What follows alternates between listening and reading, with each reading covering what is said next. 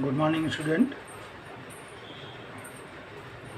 आप लोग देख रहे होंगे ये एक और नए फार्मूले पे सवाल है। इससे पहले जो आपने देखा होगा ए क्यूब प्लस बी क्यूब पर प्रश्न लगा हुआ था और ये ठीक उसका अपोजिट है, ए क्यूब माइनस बी क्यूब। ए क्यूब माइनस बी क्यूब को जब सॉल्व करते हैं तो क्या उसका फार्मूला है A minus B A square plus B square plus A B. ये दिख रहा है।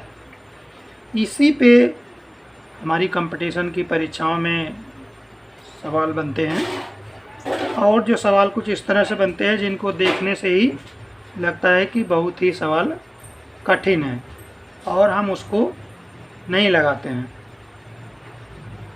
संख्याएं ऐसी दे देंगे 693 गुणे 693 गुणे 693 माइनस 383 गुणे 383 गुणे 383 और बटे में 693 गुणे 693 प्लस 693 गुणे 383 प्लस 383 गुणे 383। इतनी ऐसी संख्याएं होंगी कि जिससे लगेगा कि सवाल ये तो लगाने में बहुत समय लगेगा और हम उसको छोड़ते हुए आगे चले जाते हैं या इसके गुणा भाग करने के चक्कर में रहते हैं तो वहीं पे मिस्टेक हो जाती है। और समय व्यतीत होने के बाद में भी जब सवाल नहीं लगता है, उसका आंसर नहीं आता है, तो हमारे वो परीक्षाओं में अगले 2-3 प्रश्नों पर उसका असर होता है क्योंकि वो उसका भी समय ले जाता है। तो हम आपको इसको आसान तरीके से बताएंगे। जैसा देख रहे हैं ये इस फार्मूले पे बना हुआ है। ये देखें तो इसको अगर ए देखते हैं तो ए क्यूब और ये बी क्यूब बराबर इसको लिखेंगे। कैसे लिखेंगे? ए क्यूब माइनस बी क्यूब और डिवाइडेड में देखो ए स्क्वायर प्लस ए बी और फिर प्लस में बी स्क्वायर। ये हिसाब साफ दिख रहा है। और जैसा हम देख रहे हैं फार्मूले में ये फार्मूला लगा हुआ है और नीचे उसका हल करके ये लिखा हुआ है। तो इसको हम जब हल करेंगे तो क्या निकलता है?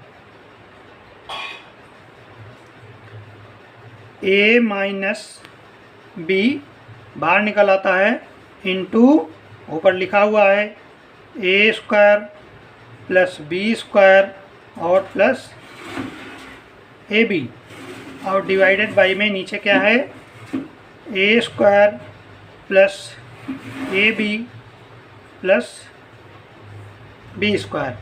ये दिख रहा है। तो हमें देखो जैसे देख रहे हैं वैसे ही साफ साफ कि जब A square plus B square plus A B और A square plus A B plus B square नीचे भी है ऊपर भी है तो बड़े आराम से हम ये पोर्शन पूरा का पूरा काट सकते हैं और शेष क्या बचेगा? ए माइनस बी